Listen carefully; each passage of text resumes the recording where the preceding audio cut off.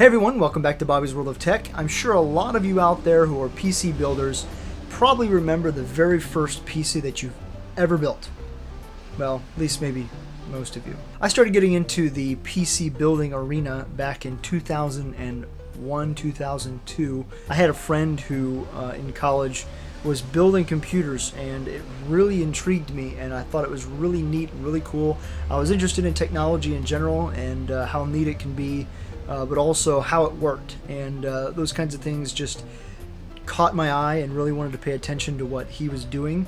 And so, and I don't know about a lot of you, but I kind of learn a lot by just observing things and not necessarily, I do learn in a classroom type setting, maybe asking questions and answering those questions, but I also learn quite a bit just by observing. And so just by watching the things that he did with his computer and all that, it took a few years before I really built up the nerve to want to try and do something myself.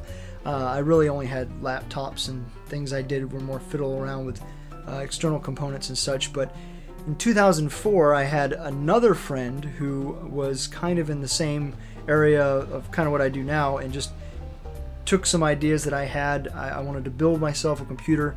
I gave him my budget. I think if it was around $600 to $800, and he pieced together a system for me and got my approval on it. And then pretty much at that point, I said, sure, let's do it. And so we bought all the parts. He kind of put it together. I observed and watched and kind of took it over from there. And when he gave it to me, it was mine.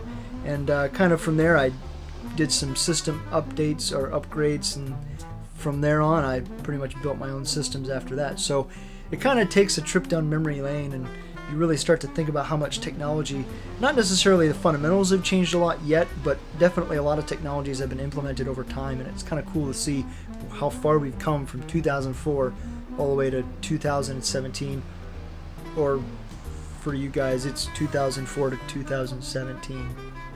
But what I wanted to do today was actually put together the system that I had first built for me in 2004. And so I don't actually have any of the parts that I had assembled in 2004. However, through time and several years, I've actually owned the components for a few years now and just not really done a whole lot with them. But I have, through eBay, through Amazon, and some other just used parts places, kind of recollected all those parts that I used to have. Maybe there's one or two minor differences, and there's two other major components that are new components that are not old components, but I'll explain that. But yeah, I thought maybe perhaps this would be kind of a neat thing for those that have been building computers for a long time. Maybe some of you out there have been building computers for years, starting in the 80s, or maybe some of you guys weren't even just, little tykes in 2004. Either way, I hope that this will be kind of like a trip down memory lane over the last 13 years and kind of see what all is different and stuff like that. So I thought it'd be a fun project for me, and hopefully it'll be something fun for you guys to watch. And why don't we go ahead and take a look at the parts. We'll see what all is going to be in this thing. Alright guys, welcome back to 2004. Well, not quite. I don't think the NZXT S340 was in 2004. But I wanted to kind of cover these parts, kind of show you what exactly is going into the system. And maybe for some of you might have recognized a few already. But let's start off right away with the motherboard. I've actually already got the CPU installed on the motherboard. Hey, what can I say? I was super excited. But this is an Abit motherboard. Quick little thing about Abit. Abit was probably my favorite motherboard manufacturer until they shut down in 2008, or the company delved into other, I guess, ways of technology and abandoned the motherboard market in terms of for computer building. So pretty much I used only Abit. Abit was the very first motherboard, as you can see with this build, that I had, and pretty much from there I had probably about 3 other motherboards that were all Abit until 2008. And so they were just really a great company, really solid motherboards. Back then looks was not really the thing. Aesthetics is something that's more developed in the last few years and come to a point now really more recently. So it wasn't really all about looks, but it was more about just stability and really good features. You know, BIOSes back then weren't like the EUFIs of now, and they're a little more simple in some ways, but definitely really great for overclocking, but also good solid performance all around. Very trustworthy. I really never had any Abit motherboards go bad, not that they never did, but just a company I really loved, and was super sad when you know, they had to leave, evidently. But I think the last Abit motherboard I had was an IP35 Pro, which was of the Intel Core 2 Duo generation chipset processors. So yeah, I mean, definitely a great company. And so the IS7 was the very first motherboard I had. This was a Pentium 4. This is a socket 478 motherboard, and it still had PCI Express slots. Were very popular, and actually no PCI Express. Sorry, did I say PCI Express? I meant PCI. Sorry. PCI Express is not for the graphics. It is in fact AGP, the Advanced Graphics Port. So definitely an advantage rather than having something pre-AGP when gaming was really taking off and things like that. But got nice enough technology in that 2004 spot, 2005, that it was just really good technology at the time. And you may notice actually this board has two IDE or ATA PATA ports. I believe these ones are running at 100 megabytes per second rather than the 66, which was a lower speed, or the 133, which is the ultra ATA cable. It also has two SATA ports. This is when SATA was like becoming a thing, brand new. These are SATA, of course, 1, so 1.5 gigabits per second. So the first generation SATA. DDR is the memory that we used on this motherboard, so not DDR2 or DDR3. And this motherboard actually came originally with a Northbridge heatsink and fan as a little smaller 40mm fan, but those fans would always break, and whether it was Abit or whether it was Asus, those fans were always so loud and they always broke pretty quick. So whoever I bought this from actually came from eBay. He actually already replaced it with a fanless Zalman chipset heatsink, so it works really well. It's silent, don't need a fan for it. I added this heatsink later. Don't probably need that on the South Bridge, but I put it on there for ha-has. I've actually also added heatsinks to MOSFETs, which weren't really a popular thing back then either. Maybe they don't really do much, but you know, I kind of added them. Of course, we have a 20-pin power instead of 24-pin power back then. Also a 4-pin for the CPU power as well. There was a lot more jumpers on motherboards for things then, like the front panel audio connectors here with other things. They also have, for this generation motherboard, there's actually quite a few fan headers. I was actually quite surprised to learn how many there were. There is one for the Northbridge here, one for the CPU here, one for auxiliary here. Actually, there's also another auxiliary down here, as well as, I thought, one more, but I could be wrong. But still, for a motherboard of this generation, it was actually quite good to have that many fan headers on the motherboard. Not something that was very super popular unless you had the higher end ones. Anyways, let's go over the rear I/O here. Let's just see what we have going on in the back. You know, there wasn't really a lot of more than USB was a huge thing. I think USB 2.0 had become pretty popular by now. So these are 4 USB 2.0 ports. Had a FireWire 400 port there, and also a, I don't think this is a gigabit. It may be, but this LAN port, I think it's just a 10100. Of course, you had the multi-channel audio. Did have 2 SPDIF, as well as a serial, and as well as a COM port. This was used for printers back in the day, and of course serial connections for mice or other type of devices that would connect via serial, and then 2 PS2 ports, which is still pretty popular for keyboards back then. But that's pretty much it for the I/O. There wasn't really much more than that back in the day that was really popular. Just really one kind of USB 2.0, of course backwards compatible with USB 1.1. Yeah, for the most part, this was a bracket that came on the motherboards for the socket 478, and pretty much use your heatsink and fan, connect that to that, so that's pretty standard. But yeah, I mean, that's pretty much the motherboard, the Abit IS7. So, whew, Bring back memories. Also, we've got 2 gigabytes, 4 sticks of 512 megabyte OCZ memory. This is actually one of the minor differences from what I had. I actually had Corsair XMS memory in my very first build. Same speed though, however, I think the timings on this are much, much better. If you can see and get a close look at that. These are actually a 232 timings, which are actually very tight for 400 speed DDR memory. So these should actually do very, very well.